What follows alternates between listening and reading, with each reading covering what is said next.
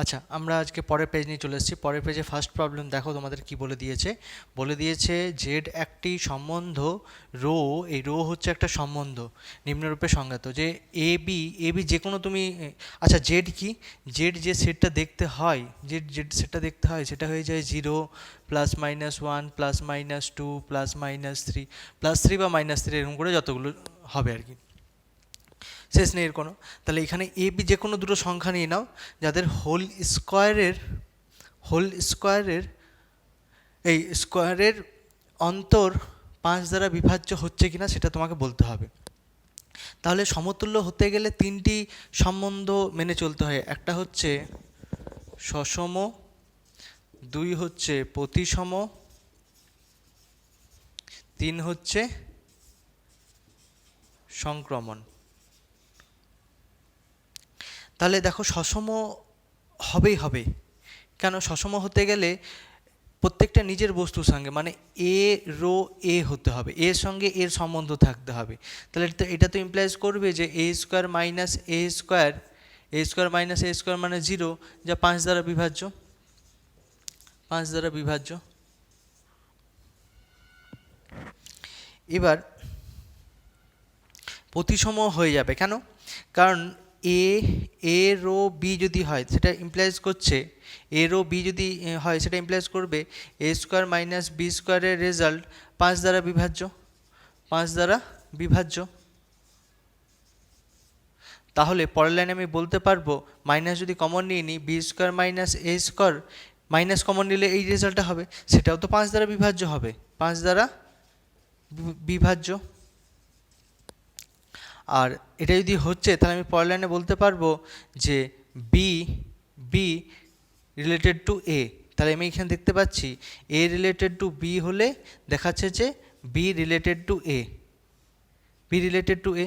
তাহলে এটা হয়ে গেল আমার কি, এটা এখানে আমি বলতে পারলাম, এখানে আমি এটুকু লিখলেই হবে, for all A B belongs to Z, এটুকু লিখলেই হয়ে যাবে। এটা প্রথমটা সুষম হয়ে গেছে, সসম হয়ে গেছে। 2 প্রতিসম, প্রতিসম মানে এর সঙ্গে বি সম্বন্ধ ঘটলে বি এর সঙ্গে এর সম্বন্ধ ঘটতে হবে, তাহলে প্রতিসম, তাহলে প্রতিসম হয়ে যাচ্ছে। থার্ড হচ্ছে কি সংক্রমণ, তাহলে এ রিলেটেড টু বি যদি হয় তাহলে এটাকে প্রকাশ করছে কি এ স্কোয়ার মাইনাস বি স্কোয়ার 5 দ্বারা বিভাজ্য, 5 দ্বারা বিভাজ্য।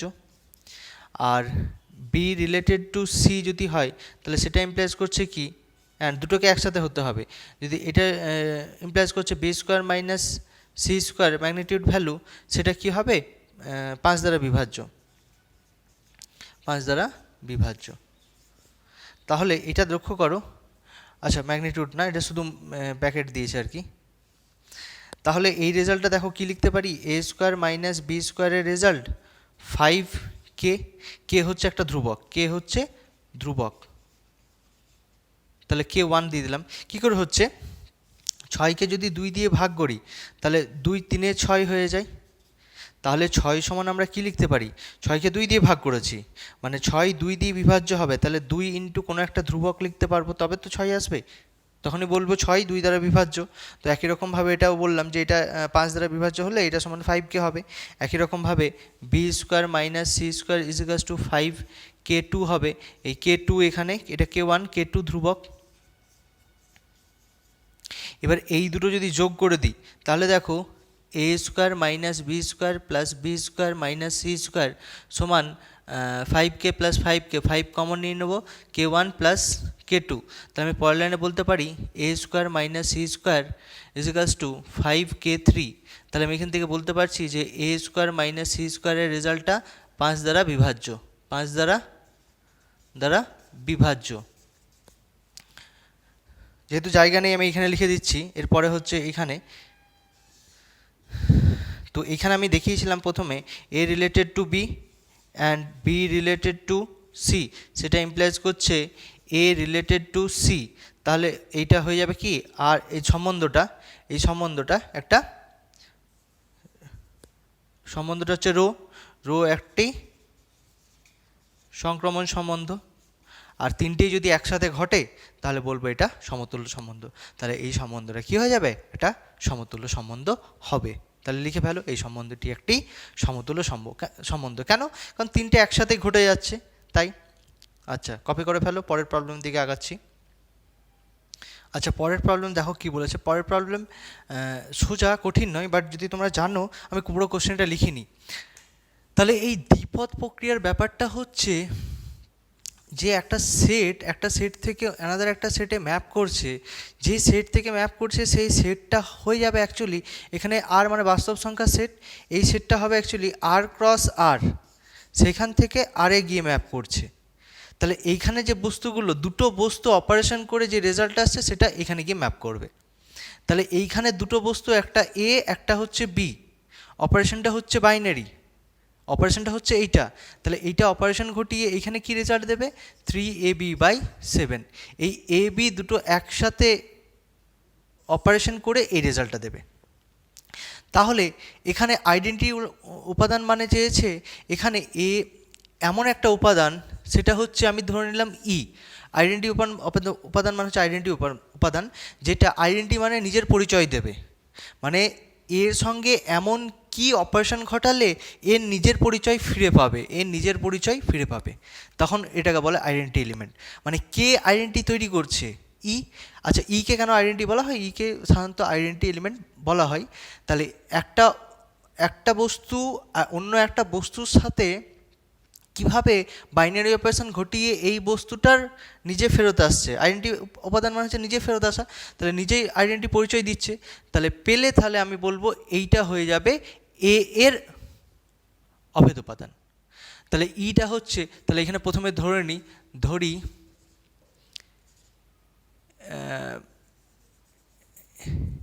এর ক্ষেত্রে বাইনারি দ্বিপদ প্রক্রিয়ার অভেদ উপাদানটি হলো ই।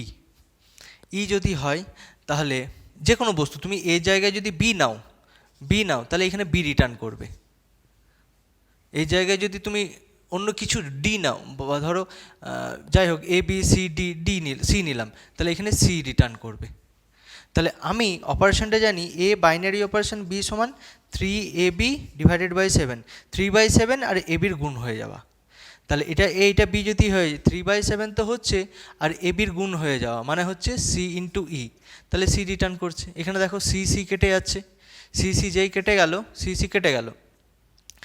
কেটে যাওয়াতে 3e/7 = 1, তাহলে e = 7/3। এটাই হয়ে যাবে তোমার ওর অভেদ উপাদানটি। আশা করি বোঝা গেছে। পরের প্রবলেম দেখি কি বলেছে। আচ্ছা, পরের প্রবলেম দেখো কি বলে দিয়েছে।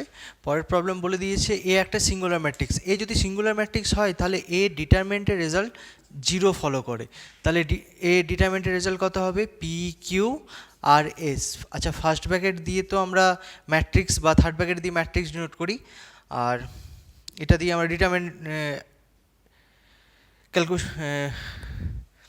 ক্যালকুলেট করি। তাহলে এটা দেখো এখানে ডিটারমিনেন্টটা কীভাবে হবে? P × Q minus of Q × SR। তাহলে PS মাইনাস QR = 0। তাহলে এখান থেকে পাচ্ছি PS = QR। এটা 1 নাম্বার লিখে দিলাম, এটা পেয়ে গেছি। এবার এখানে আমাকে A² বের করতে হবে। আচ্ছা, A² যদি হয় তাহলে A² মানে হচ্ছে A × A মানে দেখো এখানে কত রয়েছে? PQRS × PQRS। তাহলে ক্যালকুলেশন যদি করি তাহলে রো কলামের সাথে মাল্টিপ্লাই হয়, তাহলে P² প্লাস QR। একই রকমভাবে এইটা হয়ে যাবে সেকেন্ড এলিমেন্টটা ফাইন্ড করার জন্য। First row second column second এলিমেন্টটা যদি হয়ে যায়, ফার্স্ট রো সেকেন্ড কলাম সাথে মাল্টিপ্লাই হবে PQ প্লাস QS। একই রকমভাবে RS এটার সাথে মাল্টিপ্লাই হবে PR প্লাস SR। একই রকমভাবে হবে RQ প্লাস S²। এই রেজাল্টটা পেয়ে যাচ্ছি। তাহলে এই রেজাল্টটা যদি পেয়ে যায় তাহলে এখানে বাকি তো জানা আছে, এটা ফলো করবে। তাহলে এ স্কোয়ারের রেজাল্ট পেয়ে গেছি পি স্কোয়ার, কী পেয়েছি, P square plus Q R P Q plus Q S P R plus S R Q R plus S square minus P plus S into, এই রেজাল্টটা কত দেওয়া আছে, এই রেজাল্ট দেওয়া আছে P Q R S, okay, আর K into এই I2 মানে হচ্ছে 1001 আইডেন্টি ম্যাট্রিক্স 0। এবার এটা যদি ক্যালকুলেশন করলে এটা মাল্টিপ্লাই করে দিই, তাহলে বুঝতে পারবো এখানে P square plus Q R P Q plus Q S P R plus S R. আচ্ছা এইখানে দেখো পি এস ইজিকাস টু কিউ আর পেয়েছি, পি এস কোথাও পেয়েছি, পি এস তো কোথাও নেই। আচ্ছা দেখি কী হচ্ছে রেজাল্টটা, Q R plus S square, এইটা মাইনাস এটা মাল্টিপ্লাই করে দিলে কত হয়ে যাবে, P square plus P S, আচ্ছা P Q plus Q S, এটা সবগুলোর সাথে মাল্টিপ্লাই হবে, P R plus S R, এখানে হয়ে যাবে P S plus S square plus এটা মাল্টিপ্লাই করলে কে 0 0 কে সমান 0। আশা করি বোঝা গেছে। বোঝা যদি যায় তাহলে দেখো এখানে কি হয়ে যাবে, এটা জাস্ট অ্যাড করে দেবো, এটা মাইনাস এটা প্লাস এটা, তাহলে এইটা মাইনাস এটা করলে পি পি ক্যান্সেল আউট হয়ে যাচ্ছে, তাহলে পড়ে থাকছে Q R minus P S plus কে, এইটা মাইনাস এটা করলে পুরোটাই আউট হয়ে যাচ্ছে, শুধু জিরোই পড়ে থাকছে, এইটা মাইনাস এটা হবে প্লাস এটা, তাহলে এইটা মাইনাস এটা করলে এই পুরোটাই আউট হয়ে যাচ্ছে, এটা মাইনাস এটা, তাহলে একই রকম জিনিস মাইনাস থাকলে পুরোটাই জিরো হয়ে যাচ্ছে, এইটা মাইনাস এটা মাইনাস এটা করলে এস স্কোয়ার কেটে যাচ্ছে, কিউ আর প্লাস প্লাস না, দিস মাইনাস দিস মানে মাইনাস পি এস প্লাস কে, এই রেজাল্টটা সমান কি আসছে আমার, এই রেজাল্টটা সমান 0 আসছে, জিরো মানে হচ্ছে জিরো নাল ম্যাট্রিক্স, তাহলে এই রেজাল্টটা পাবো। তাহলে এটা যদি হয়ে যায় তাহলে এইটা সমান 0 বা এটা সমান 0, যাই করে না কেন দুটো রেজাল্ট তো এক চলে এসছে, তাহলে Q R minus P S plus K ইজিকাস to 0, তাহলে কে ইজিকাস টু কত পেয়ে যাচ্ছি, P S minus Q R. আচ্ছা পি এস সমানই কিউ আর, এই দুটো যদি সমান হয়ে যায় একই, কোনো চেঞ্জ নেই এর মধ্যে, এইটা সমানই এইটা, তাহলে পি এসের জায়গায় কিউ আর বসিয়ে দিই, কিউ আর, তাহলে কে সমান কত পেয়ে গেলাম, 0 0 0, 1 থেকে পাই, কি পেলাম, রসগোল্লা, আমি কলকাতার রসগোল্লা, তাহলে রসগোল্লা পেয়ে গেছি। তাহলে পরের প্রবলেমের দিকে দেখা যাক কি বলছে। আচ্ছা দেখো পরের প্রবলেম বেসিক্যালি আমাকে ফাইন্ড করতে কি বলে দিয়েছে, একটা সমীকরণ বলে দিয়েছে, সেখান থেকে এ ইনভার্স ফাইন্ড করতে বলেছে। তাহলে আমি কি করে রেজাল্টটা ক্যালকুলেশন করব, তাহলে আমি এক কাজ করি, পুরো টার্মগুলোকে ওই দিকে নিয়ে চলে যাচ্ছি, তাহলে I3 সমান কত পেয়ে যাব, I3 সমান পেয়ে যাব a minus A square, okay. তাহলে I3 তো পড়ে থাকলো এই লাইনে, তাহলে পরের লাইনে আমি কি করব, এখান থেকে এ কমন নিয়ে নিলাম, এ যদি কমন নিয়ে নিই, এখানে কিছু নেই মানে কি আছে, এর সঙ্গে আই আছে, তাহলে এ কমন নিলে আই পড়ে থাকবে, আচ্ছা অ্যাকচুয়ালি I3 পড়ে থাকবে মাইনাস এ পড়ে থাকবে, কারো যদি জানা নেই তাহলে একটু লিখে নাও, আই সমান এ হয়ে যায় বা আই এ সমান এ হয়ে যায়, এ ইনভার্স সমান আই হয়ে যায়, এ ইনভার্স এ সমান আই হয়ে যায়। তাহলে এরপরে কি করব, উভয় সাইডে এ ইনভার্স, বাম পক্ষে এ ইনভার্স দিয়ে মাল্টিপ্লাই করলাম, তাহলে এ ইনভার্স দিয়ে মাল্টিপ্লাই করলে কত হয়ে যাবে রেজাল্টটা, এইটা তো যাই মাল্টিপ্লাই করি, এটার সাথে যাই থাক না কেন সেটাই রিটার্ন করবে, তাহলে এইটা রিটার্ন করলে কত হয়ে যাবে, I3 মাইনাস এ, তাহলে পরের লাইনে কি হয়ে যাবে, A inverse is equals to I3 minus A, এই ডিটারমিনেন্ট তো বের করতে পারবো না কারণ এ জানা নেই, তাই এই রেজাল্টটা হয়ে যাবে আমার I3 মাইনাস এ, ওকে।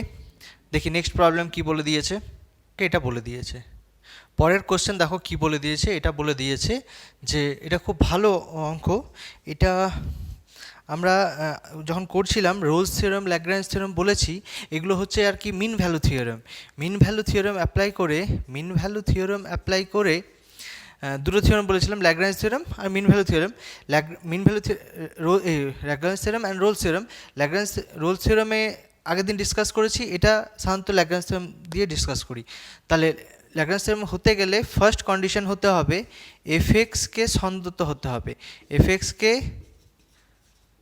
সন্তত হতে হবে for all x belongs to close interval a b. 2, f এক্সকে অন্তর্কলন যোগ্য হতে হবে for all open interval for all x belongs to open interval a b. যদি এই দুটো শর্ত মেনে চলে তাহলে একটা এক্স পাবো যেটা হচ্ছে সি, যে কোনো একটা এক্স যেটা কিনা বিলংস করবে এ বি এর মধ্যে, যার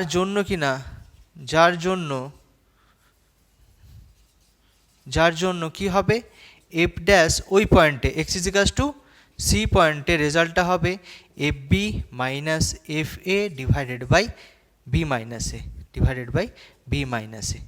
তাহলে এইগুলো তো হবে, কেন বলো তো এইগুলো হবে?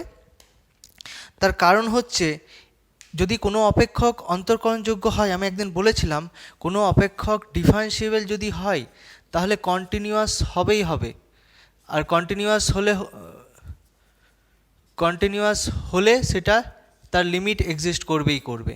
উল্টোটা ক্ষেত্রে প্রযোজ্য নয়। তাহলে একটা অপেক্ষককে অন্তর্কলনযোগ্য বলে দিয়েছে এই ক্লোজ ইন্টারভ্যালে, তাহলে অন্তর্কলনযোগ্য তো হবেই হবে, এটা মেনে চলবে। অন্তর্কলনযোগ্য যখন হচ্ছে তাহলে এটা কন্টিনিউয়াস হবেই হবে, সন্তত হবেই হবে, কোনো এখানে তর্ক নেই। বা বললাম যে অপেক্ষকটা ডিফারেন্সিয়েবল হলে কন্টিনিউয়াস হবেই হবে, তার লিমিটও এক্সিস্ট করবে। তাহলে ডিফারেন্সিয়েবল যখন হচ্ছে কন্টিনিউয়াস হবে। তাহলে এমন একটা বিন্দু পাবো যার জন্য কি না এফ ড্যাশ এক্সের রেজাল্টটা সি বিন্দুতে, সেই রেজাল্টটা কি হবে, এই রেজাল্টটা ফলো করবে। তাহলে এখানে আমাকে কী বের করতে বলেছে, এক্স ইজিকালস টু 6 এফ এক্সের অবমান, তাই না? তাহলে এফ এক্সের অবমান যদি বের করতে বলে তাহলে এইখানে দেখো এই রেজাল্টটা আমি বলতে পারি, এই রেজাল্টটা কি, এই রেজাল্টটা তো 2 এর থেকে বড়। তাহলে আমি পরের লাইনে বলতে পারি যে রেজাল্টটা যদি 2 এর থেকে বড় হয় তাহলে আলটিমেট এই রেজাল্টটা এইটাই তো এফ ড্যাশ এক্স, সেটা কি হবে 2 এর থেকে বড় হবে। তাহলে এটা আমি এই লাইনে বলবো না, আমি পরের লাইনে বলি। আমি রেজাল্টগুলো যদি লিখি, এফ বি মানে হচ্ছে বি কত, এখানে বি হচ্ছে ইন্টারভ্যালটা বলে দিয়েছে এখানে 2 to 6 না 1 to 6 না 1 to 6, তাহলে 1টা হচ্ছে এ আর 6 হচ্ছে বি। তাহলে যদি বসিয়ে ফেলি তাহলে F six minus F one divided by 6 minus 1, যে রেজাল্টটা কিনা আমার এফ ড্যাশ এক্স আর এফ ড্যাশ এক্স বললাম, এই রেজাল্টটা বড় হবে, তাহলে গ্রেটার দেন এই রেজাল্টটাই এটা, মানে গ্রেটার দেন ইজিকালস টু 2 হয়ে গেল। তাহলে আমি পরের লাইনে বলতে পারবো কি, দেখো পরের লাইনে আমি বলতে পারবো এফ সিক্স আমার রেজাল্ট বের করতে চেয়েছে, আর এফ টু রেজাল্ট আমার জানা আছে, এফ টু রেজাল্ট কত -2, আর এটা হয়ে যাবে আমার 5 গ্রেটার দেন ইজিকালস টু 2। তাহলে আমি পরের লাইনে কি লিখতে পাচ্ছি, 5 যদি মাল্টিপ্লাই করে দিই তাহলে F six plus 2 greater than equals to 10। তাহলে পরের লাইনে বলতে পারবো এফ সিক্সের রেজাল্ট 2কে রাইট সাইড নিয়ে চলে গেলে 10 মাইনাস 2 সমান কি বলতে পারছি, এফ সিক্সের result greater than equals two 8, মানে অবমানটা কত হবে 8, 8-এর থেকে তো বড় হতে হবে। তাহলে সব অবমান হলে ছোটো মান ক্ষুদ্রতম মান, তাহলে ক্ষুদ্রতম মান কত হবে 8, এফ সিক্সের ক্ষুদ্রতম মান হচ্ছে অবমানটি হবে 8, কারণ এফ সিক্সের রেজাল্টটা 8-এর থেকে বড় হতে হবে, তাহলে ক্ষুদ্রতম মান কত হবে 8। আশা করি বোঝা যেতে যাই পরের প্রবলেম দেখি কি বলছে। স্ক্রিনশট নিয়ে নিতে পারো প্রত্যেকটা প্রবলেমের পর। পরের কোশ্চেনটা দেখো, খুবই সোজা বলে দিয়েছে, এত সোজা কোশ্চেনই দেবে, তোমরা এর থেকে কঠিন কোশ্চেন আশা করো না, কোশ্চেন পেপার কঠিন হবে না, তার কারণ হচ্ছে না স্কুল ভালো করে হয়েছে, না তোমরা ক্লাস ভালো করে করতে পেরেছো। তো টেস্ট পেপার করো, টেস্ট পেপার থেকে মোটামুটি তুমি ধরে রাখো 60 থেকে 70% কমন পাবে। আর যারা বুঝতে পারছো না যে কী করবো, কিচ্ছু করার দরকার না, শুধু টেস্ট পেপারটা করো। আর 4 দাগের অঙ্কগুলো বলে রাখি, 4 দাগের 5 দাগের অঙ্কগুলো তোমরা সমস্ত অঙ্ক বই থেকেই পেয়ে যাবে, বইয়ের বাইরে একটা অঙ্ক থাকবে না। আর যদি বইয়ের বাইরে থেকে থাকে তাহলে আমাকে তোমরা কমেন্ট করো, আমি নিশ্চয়ই করে দেবো। আর আমি একটা সাজেশন পেপার দেখো করাচ্ছি, ওটা একটু দেখে নেবে তোমরা। তাহলে এটাকে ডিফারেন্সিয়েট করলে কত হবে, DIFF with respect to x, তাহলে এটা হয়ে যাবে 2x। চেন রুল করবো, প্রথমে এক্স স্কোয়ারের জন্য করলাম, এক্স স্কোয়ার ডেরিভেটিভ 2x, এরপরে আমাকে এক্সের জন্য করতে হবে, এক্সের ডেরিভেটিভ কত, এক্সের সাপেক্ষে 1 হয়ে যাবে। Next Y square derivative 2y, কারণ এটাকে আমি এক্স স্কোয়ার ভেবে নেবো, x to the power n এর ফর্মুলা করেছি, y এর ডিফারেন্সিয়েশন হয়ে যাবে dy by dx is equals to 0। তাহলে 2y dy বাই dx এর রেজাল্ট হয়ে যাবে -2x, ও মাইনাস তো থেকে যাবে, এখানে কী হবে 2 কেটে যাবে, তাহলে dy বাই dx এর রেজাল্ট হয়ে যাবে আমার -x বাই y। এটাই আমার অ্যান্সার। ডাবল ডিফারেন্সিয়েশন চেয়েছে না, সিঙ্গেল ডিফারেন্সিয়েশন চেয়েছে, তাহলে এটাই হয়ে যাবে আমার ফাইনাল অ্যান্সার। ওকে, তাহলে নেক্সট প্রবলেম দেখি, পরের প্রবলেম কী বলে দিয়েছে। আচ্ছা দেখো পরের প্রবলেম কী বলে দিয়েছে, পরের প্রবলেমও খুব সোজা, জাস্ট ফর্মুলাটা করে দিলেই হয়ে যাবে। dx divided by x square plus root কে তার হোল স্কোয়ার। তাহলে আমরা জানি integration dx divided by x square plus a স্কোয়ারের formula 1/a tan inverse x by a plus C. তাহলে এই রেজাল্টটা কত হয়ে যাবে, 1/√k into tan inverse x divided by √k plus C, C is equals to কত, c সমান সমাকল ধ্রুবক বা ইন্টিগ্রাল কনস্ট্যান্ট। এত সোজা সোজা প্রবলেম দিয়েছে এই পেজটাতে। হ্যাঁ, তোমরা এত সোজাই কোশ্চেন পাবে, বেশি টেনশন করো না, কঠিন কোশ্চেন খুব একটা হবে না। পরের প্রবলেম দেখা যাক কি বলছে। দেখো পরের কোশ্চেন কি বলে দিয়েছে, পরের কোশ্চেন ভাবতে গেলে অ্যান্সার দু প্রকারে হতে পারে। কীরকম বলছে, ওয়াই অক্ষের সমান্তরাল যেসব অক্ষ কাকে বলে আমি একটু দেখিনি। অধিবৃত্ত ধরো এই হচ্ছে অধিবৃত্ত, এই হচ্ছে অধিবৃত্ত যেই অক্ষের দিকে হাঁ করে থাকবে সেটাই হয়ে যাবে তার অক্ষ।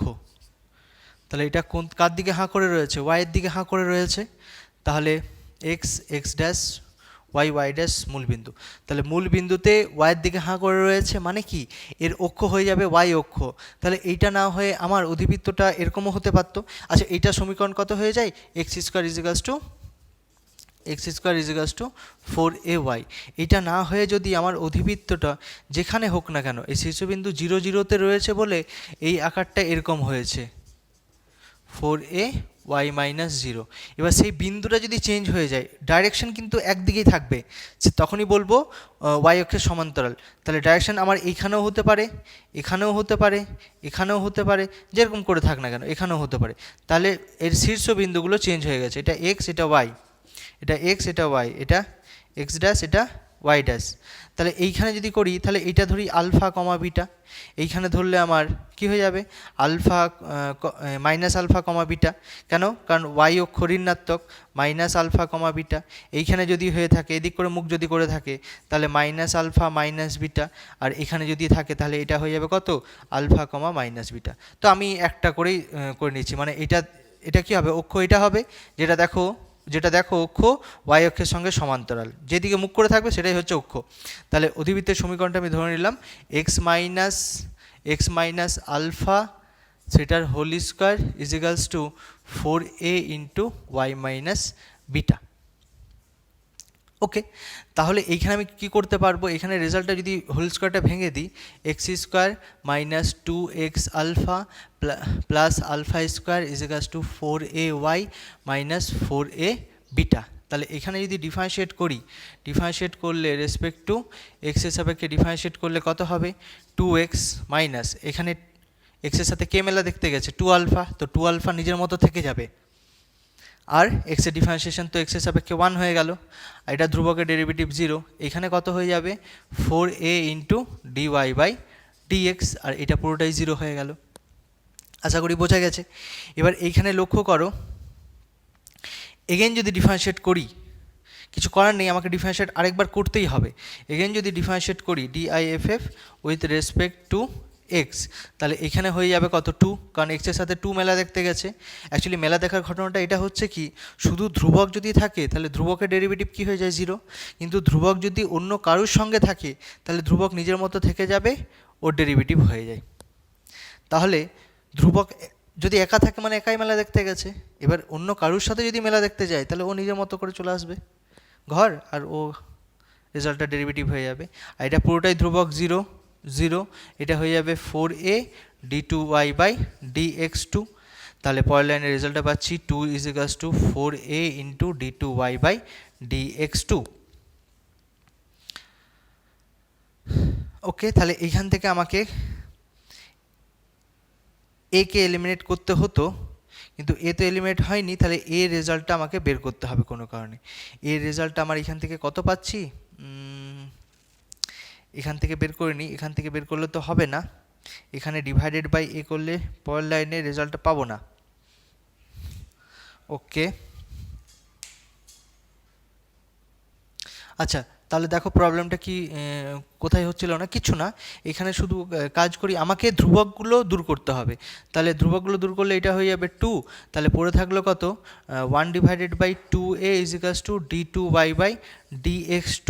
তাহলে এটা আরেকবার ডিফারেন্সিয়েট করলে এটা 0 হয়ে যাবে, এটা d3y ডিভাইডেড বাই dx³ হয়ে যাবে। তাহলে এটাই হয়ে যাবে আমার অবকল সমীকরণ। ওকে, তাহলে দেখে নাও একটু, বাকি রেজাল্টটা তো বুঝতেই পেরেছো কী করে আসছে না আসছে। পরের প্রবলেম দেখছি।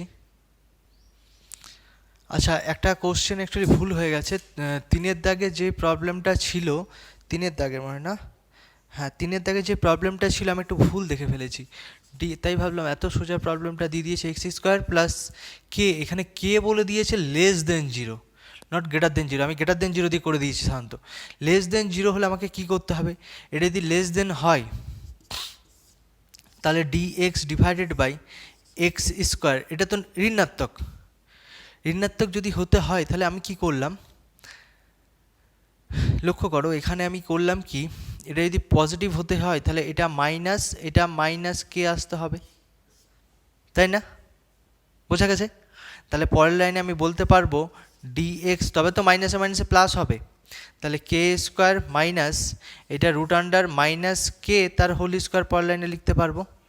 তোমার যদি বুঝতে অসুবিধা হয় যে দাদা এটা কি করে হচ্ছে, রুটের ভেতরে যদি মাইনাস থাকে সেটা তো কমপ্লেক্স জটিল সংখ্যা হয়ে যায়, সমান কত হয়ে যাবে √2i হয়ে যায়, সেটা বিলংস করবে কমপ্লেক্স নাম্বার জটিল সংখ্যায়, কিন্তু এখানে তো জটিল সংখ্যা হলে চলবে না, এটা বাস্তব সংখ্যা হতে হবে। আমি বললাম না, এটা বাস্তব সংখ্যায় আছে, কি করে দেখো, রুটের মধ্যে মাইনাস আর কে নিজের ঋণাত্মক মানে 0 থেকে ছোট, যে কোনো একটা 0 থেকে ছোট ভ্যালু নাও -2, তাহলে রুটের ভেতর কী হচ্ছে 2 হচ্ছে, তো কে হচ্ছে নিজে ছোট 0 থেকে, মানে কে নিজে ঋণাত্মক ধনাত্মক হয়ে যাবে।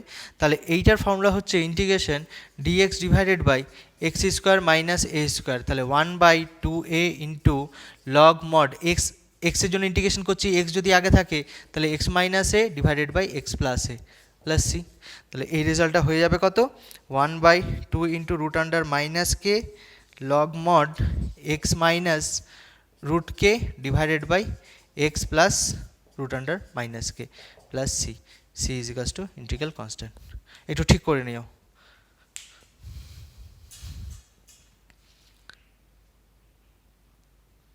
আচ্ছা দেখো পরের প্রবলেম কি বলে দিয়েছে, পরের প্রবলেম বলে দিয়েছে এই রেজাল্টটা কি বলেছে, যে এই একটা অপেক্ষক এর চরমমান অবমান, মানে চরমমান আর অবমান দুটোই বের করতে হবে। তাহলে কি করব, আমার কাজ হচ্ছে কিচ্ছু না, সোজা ডেরিভেটিভ করা x+3। আচ্ছা এইটা তো x⁴n এর ফর্মুলা করে দিতে পারবো, x⁴1, এটা x⁴1/1। আচ্ছা দেখো তাহলে এটা ডেরিভেটিভ যদি ফর্মুলা মনে না আছে, y = x⁴n এর ডেরিভেটিভের ফর্মুলা সবারই মনে আছে, কত হয়ে যাবে n × x⁴n-1। কিন্তু y = 1/x⁴ যদি n থাকে তাহলে dy/dx এর রেজাল্ট কত হয়ে যাবে, এই n উপরে চলে গেলে -n ডিভাইডেড বাই x⁴n+1, এই রেজাল্টটা হয়ে যায়। তাহলে এটা ডিফারেন্সিয়েট করলে ডিআইএফএফ উইথ রেসপেক্ট টু এক্স যদি করি, এক্সের সাপেক্ষে ডেরিভেটিভ করলে dy/dx এর রেজাল্টটা কত পেয়ে যাবো, x এর ডিফারেন্সিয়েশন 1, আর এখানে x⁴n রয়েছে, এই n ওপরে গিয়ে -1, এই n ওপরে গিয়ে -n divided by x+3 whole to the power 2 টু হয়ে যাবে। এগেন ডিফারেন্সিয়েশন করতে হবে, এগেন ডিআইএফএফ ডব্লিউআরটি এক্স, তাহলে ডিফারেন্সিয়েশন করলে d2y ডিভাইডেড বাই, চরম অবম বের করতে গেলে কারো কথা শুনবো না, প্রথমে দুবার ডেরিভেটিভ করে ফেলবো। ওয়ানের ডেরিভেটিভ 0 আর এখানে হয়ে যাবে -1 into -2 divided by x plus 3 whole to the power -2, 2 রয়েছে এক বেড়ে যাবে, তাহলে 3 হয়ে যাবে। তাহলে d2y divided by dx2 result আমার কত দেখতে পাচ্ছি, 2 ডিভাইডেড বাই এক্স প্লাস 3 তার হোল কিউব। তাহলে আমি জানি যে ওয়াইয়ের চরম বা অবম মানের জন্য কি হবে, dy বাই dx এর রেজাল্ট 0 হবে। dy বাই dx এর রেজাল্ট 0 হওয়া মানে dy বাই dx এর রেজাল্ট কত পেয়েছি, এই রেজাল্টটা পেয়েছি, তাহলে এই রেজাল্টটা হয়ে যাবে 1 plus -1 divided by x plus 3 তার হোল স্কোয়ার সমান 0। সেই কথাটা মানে হচ্ছে 1 ডিভাইডেড বাই এক্স প্লাস 3 তার হোল স্কোয়ারের রেজাল্ট হচ্ছে 1। তাহলে এক্স প্লাস 3 সেটার হোল স্কোয়ারের রেজাল্ট যদি 1 হয়, তাহলে x plus 3 is equals two plus -1, তাহলে এক্সের ভ্যালু একটা হয়ে যাবে প্লাস -1 -3, তাহলে এক্সের দুটো ভ্যালু পাচ্ছি, একটা পাচ্ছি দেখো +1 -3 -2, আর একটা পেয়ে যাচ্ছি -4। তাহলে দুটো ভ্যালুই আমি ডবল ডিফারেন্সিয়েশনে পুট করব। d2y ডিভাইডেড বাই dx2 কোথায় পুট করব, x ইজ ইকুয়ালস টু একবার আমি পুট করছি -2, তাহলে -2 পুট করলে কি পাচ্ছি দেখো তো, 2 ডিভাইডেড বাই -2 প্লাস 3 তার হোল কিউব, মানে হয়ে যাবে 1, মানে 2/1 মানে হচ্ছে 2 গ্রেটার দেন 0 মানে x ইজ ইকুয়ালস টু -2 তে y কি হয়ে যাবে, y অবম হবে।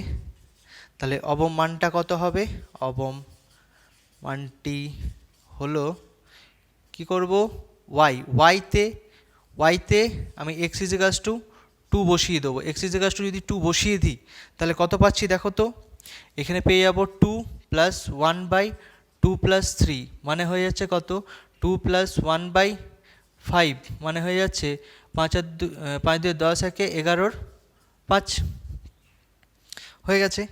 যেহেতু এখানে জায়গা নেই, কোথায় করি, এখানেই হয়ে যাবে।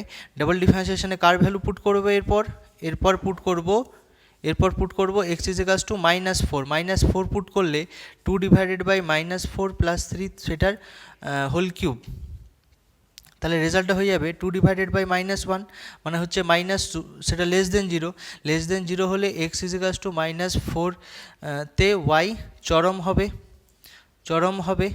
তাহলে চরম মানটি কত হবে, চরম মানটি হলো কি করব, y কি পুট করব, x is equals two -4 put করব।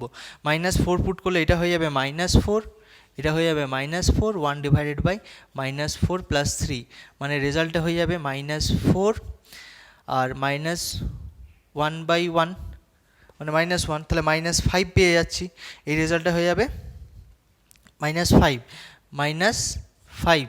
তাহলে এই যে -5 পেলাম, তা কে বড়, চরম মান হচ্ছে -5, তাহলে চরম মান অবম মান অপেক্ষা ক্ষুদ্রতম, তাহলে চরম মান তো -5, অবম মান তো ধনাত্মক, তাহলে চরম মান কি হয়ে যাবে, চরম মান লেস দেন হবে অবম মানের থেকে, অবম মান যেহেতু জায়গা নেই আমি এখানে লিখে দিলাম। কেন, অবম মান তো ধনাত্মক মান, কত পেয়েছি অবম মান 5 এর 11, আর চরম মান কত পেয়েছি -5। বোঝা গেছে, বোঝা যদি যাই পরের প্রবলেমটা দেখি কি বলছে। আচ্ছা পরের কোশ্চেনটা দেখো, পরের কোশ্চেনটা খুব ভালো অঙ্ক। এখানে বলে দিয়েছে y is equals to x square অধিবৃত্তের কোন বিন্দুতে স্পর্শক এই সরলরেখার সমান্তরাল হবে। তাহলে সরলরেখার সমান্তরাল যদি হয় তাহলে বিন্দুটা আমাকে বের করতে হবে, কিছু না, এইটার ডেরিভেটিভ বের করবো, প্রথমে ডিফারেন্সিয়েট করব with respect to x. Actually হবে কি, এই অধিবৃত্তের স্লোপ আর এই অধিবৃত্তের স্লোপ মানে দুটো সরলরেখা সমান্তরাল হলে কত হয়ে যায়, এর নতি m1 এর নতি m2, তোমরা ক্লাস 11-এ করেছিলে, দুটো সরলরেখা সমান্তরাল হয়ে গেলে m1 সমান m2 হয়ে যায়। আর দুটো সরলরেখা যদি লম্ব যদি হয় এটা m1 এটা m2, তাহলে এটা কি বলতে পারবো, m1 into m2 is equals two -1। তাহলে এখানে ডেরিভেটিভ করলে dy বাই dx এর রেজাল্টটা পেয়ে যাবো আমি 2x, আর এখানে তো স্লোপ আমার জানাই আছে y equals to mx plus c আকারে যদি সাজিয়ে নিই, তাহলে দেখো m সমান কত 4, c সমান হচ্ছে 5। এই সমীকরণটা ছিল যে একটা সরলরেখা y অক্ষে কতটা পরিমাণে ছেদ করেছে আর m হচ্ছে নতি, তাহলে এখান থেকে আমি নতি পেয়ে গেলাম কত 4, সরলরেখার নতি হয়ে যাচ্ছে 4, আর এখানে এর নতি হয়ে যাচ্ছে কত dy বাই dx মানেই হচ্ছে নতি বা ট্যান থিটা। তাহলে শর্তানুসারে কি বলতে পারবো 2x ইজিক্যালস টু 4, 2x ইজিক্যালস টু 4, কারণ নতি দুটো সমান হবে, x equals to 2, x equals to 2 যদি হয় x ইজিক্যালস টু 2 যে কোনো একটা সমীকরণে বসিয়ে দাও, কারণ স্পর্শ করেছে মানে কি ছেদ করবে, ছেদ যদি করে তাহলে বিন্দুটা এই অধিবৃত্তের ওপরে হবে, অধিবৃত্তের ওপর x equals to 2 y equals to x square a বসিয়ে পাই, তাহলে কি পাচ্ছি y ইজিক্যালস টু 2 তার হোল স্কোয়ার, তাহলে y ইজিক্যালস টু 4, তাহলে বিন্দুটি কত হবে, বিন্দুটি হলো 2,4। আশা করি বোঝা গেছে। দেখে নাও একটু প্রবলেমটা। আচ্ছা দেখো পরের প্রবলেমটা কি বলেছে। পরের প্রবলেমটা বুঝতে গেলে একটু ছবিটা বুঝতে হবে। এইখানে দেখো, এইখানে এই যে এটা যে সমতলের সমীকরণ কত হয়ে যায় x minus x1 divided by a1 equals to y minus y1 divided by b1 equals to z minus z1 divided by c1। এটা থেকে বলতে যাচ্ছে এই যে সরলরেখাটা কোনো একটা বিন্দু দিয়ে পাস করেছে, সেই বিন্দুটা হয়ে যাবে x1 y1 z1, অ্যান্ড সরলরেখার যে দিক অনুপাত সেই দিক অনুপাতগুলো হয়ে যাবে সেইগুলো হয়ে যায় আমার a1, b1, c1। আর সমতলের ক্ষেত্রে সমতলটা যদি a2x plus b2y plus c2z plus d2 equals to 0 যদি থাকে, তাহলে সমতলটা যদি এই ধরনের দেখতে হয়, এই সমতল ধরো, তাহলে সমতলের ওপর যে লম্ব অভিলম্ব যে সরলরেখা তার দিক অনুপাত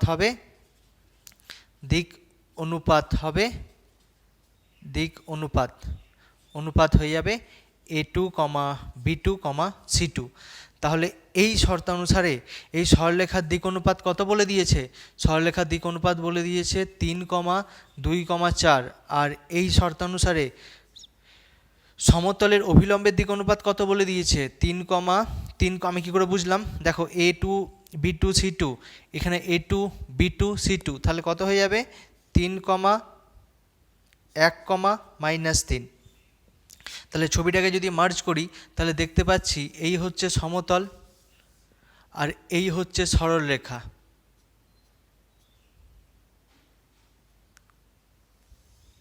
এই বিন্দুতে ছেদ করেছে সমতলকে, তাহলে সরলরেখা, এটা হচ্ছে সরলরেখা, তাহলে সরলরেখার দিক অনুপাতকে ডাইরেকশন রেশিও দিয়ে ডিনোট করা হয়।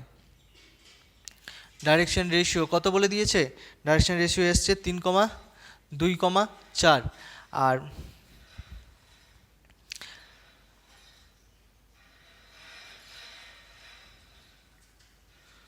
আচ্ছা কোণ করেছে না, আমি সমান্তরাল করে দিলাম যে ছবিটা একটু হয়নি, ভুল হয়ে গেছে, আমি কোণ করেছে বলেছে, এখানে একটু ছবিটা ভুল হয়েছে, তো ছবিটা একটু ঠিক করে নাও। কী হবে, সরলরেখাটা একটা কোণ উৎপন্ন করেছে, সমতলের সঙ্গে একটা কোণ উৎপন্ন করেছে, এই যে রেজাল্টটা,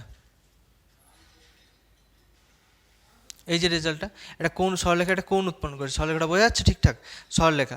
তাহলে এই সরলরেখার দিক অনুপাত আমার জানা আছে কত, দিক অনুপাত ডাইরেকশন রেশিও জানা আছে 3, 2, 4, আর এটা হচ্ছে সরলরেখাটা, এটা হচ্ছে আমার সরলরেখাটা। আর সমতলের অভিলম্ব যেটা রয়েছে সেটা হয়ে যাচ্ছে কত, অভিলম্বের দিক অনুপাতটা আমার বলে দিয়েছি, ডাইরেকশন রেশিওটা কত পেয়েছি আমি 3, +1, -3।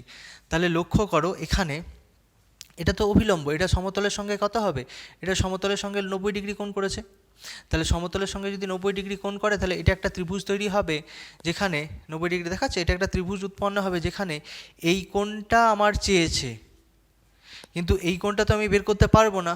আমি জানি যে দুটো সরলরেখা, এই সরলরেখার দিক অনুপাত direction ratio a1, b1, c1, এই সরলরেখার direction ratio A2 B2 C2, তাহলে এটা যদি থিটা হয়ে থাকে তাহলে cos থিটা সমান আমরা কত জানি?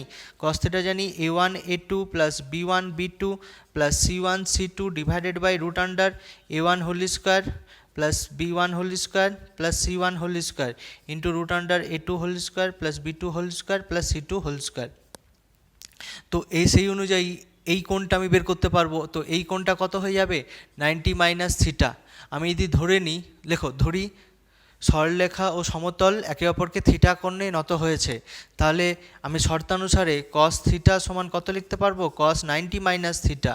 দেখো এই সরলরেখা এই অভিলম্ব, তাহলে A1 A2 তাহলে 3 into 3 plus B1 into B2 তাহলে হয়ে যাবে কত?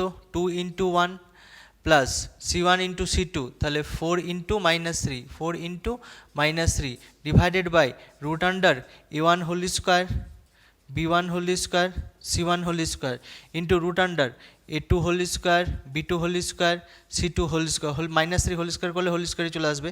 তাহলে এটা হয়ে যাবে আমার কত? 90 মাইনাস থিটা সাইন থিটা হয়ে যায়। এখানে হয়ে যাচ্ছে 9 প্লাস 2 মাইনাস 12 ডিভাইডেড বাই এখানে 4 4 যা 16 এখানে হয়ে যাচ্ছে 4 4 যা 16, এখানে 3 3 যা 9, 16 প্লাস 9 25, 20 প্লাস 5 প্লাস 4 29, এখানে হয়ে যাবে 3 3 যা 9, 3 3 যা 9, 9 9 যা 18 19। এই রেজাল্টটা পেয়ে গেলাম। তাহলে এই রেজাল্টটা হয়ে গেল। অ্যাকচুয়ালি কোনটা ঋণাত্মক হবে না, তাই ম্যাগনিটিউড হবে।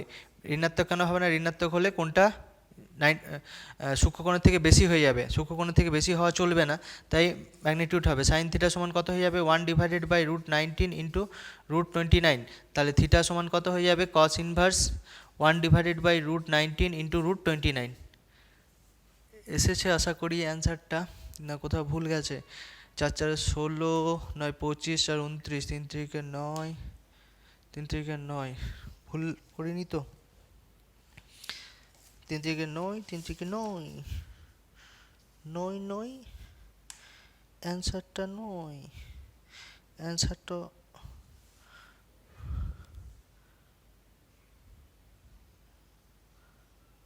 2 4 3 1, 3 3 যা 9, অ্যান্সার মেলেনি বাট ঠিকই তো রয়েছে।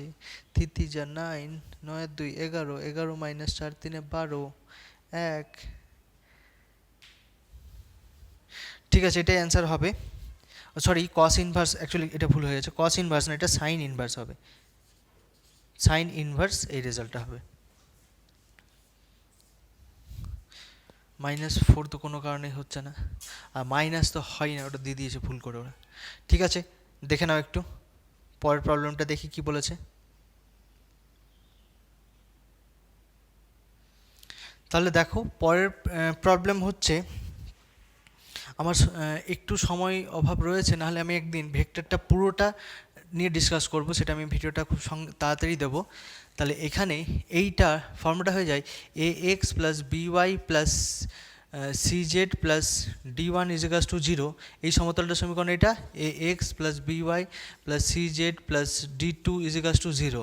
তাহলে এখানে দূরত্ব, মধ্যবর্তী দূরত্বটা হয়ে যায় d1 minus d2 divided by root under a1 whole square plus a2 whole square, a1 না, a whole square b whole square plus c whole square. Okay, তাহলে সেই রেজাল্ট অনুযায়ী অ্যাকচুয়ালি দূরত্ব তো, তাই ম্যাগনিটিউড হয়, দূরত্ব রেজাল্টটা হয়ে যাবে, এখানে হয়ে যাবে 7 মাইনাস 1 ডিভাইডেড বাই, অসুবিধা না, তোমার মনে হচ্ছে এটা মাইনাস হতো, -7 হতো, আচ্ছা -7 মাইনাস মাইনাস প্লাস 1, তাহলে ম্যাগনিটিউড হলে কোনো সমস্যা নেই। তাহলে রুট আন্ডার এই রেজাল্টটা হয়ে যাবে a স্কোয়ার মানে 2 এর হোল স্কোয়ার প্লাস 2 এর হোল স্কোয়ার প্লাস 1 এর হোল স্কোয়ার। তাহলে রেজাল্টটা হয়ে যাবে 6 ডিভাইডেড বাই 2 টু যা 4, 2 টু যা 4, 4 4 যা 8, 8 9, রুট 9। তাহলে 6 ডিভাইডেড বাই 3 মানে 2 একক।